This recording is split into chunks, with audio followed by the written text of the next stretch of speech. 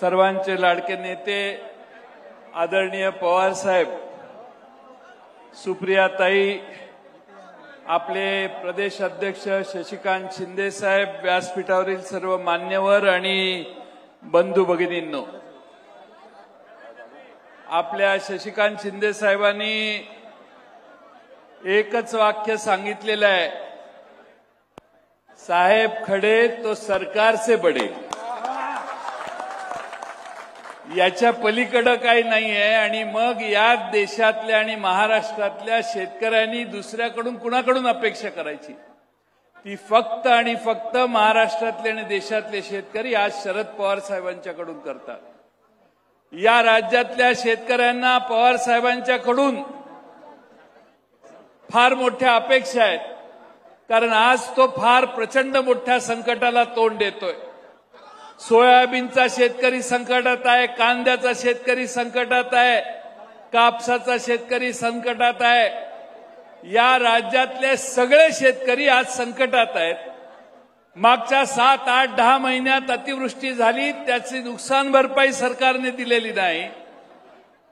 प्रचंड मोठ्या प्रमाणात दोन्ही विभागात, मराठवाड्यात आणि विदर्भामध्ये आत्महत्येचं शेतकऱ्यांचं प्रमाण वाढायला लागलेलं आहे. आदिवासींच्यावर प्रचंड अन्याय होतोय. आदिवासींचे पैसे देण्यात आलेले नाहीत.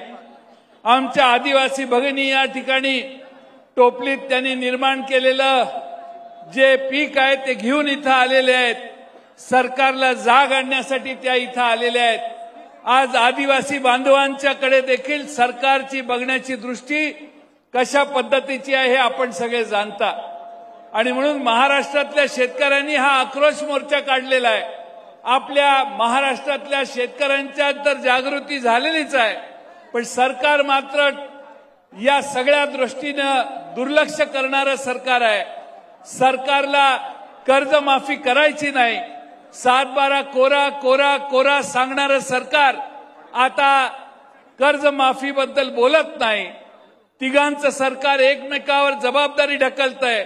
आपल्याला महाराष्ट्रातल्या शेतकऱ्याला दिलासा द्यायचा असेल तर अतिवृष्टीने संकटात आलेल्याला ताबडतोब मदत मिळवून देणं आणि महाराष्ट्रातल्या शेतकऱ्यांचा 7-12 कोरा करून घेणं हे आपल्या सगळ्यांच्या दृष्टीनं महत्वाचं आहे. आणि म्हणून आज पवार साहेबांच्या नेतृत्वाखाली या ठिकाणी नाशकात हा प्रचंड मोठा मोर्चा आपल्या सर्वांच्या समोर निघालेला आहे. मला खात्री आहे की राज्याचं सरकार जागा होईल. राज्याच्या सरकारने निवडणूक येण्याच्या आधी जी आश्वासनं दिली त्यातली कोणती आश्वासनं पूर्ण करत नाहीये सरकार.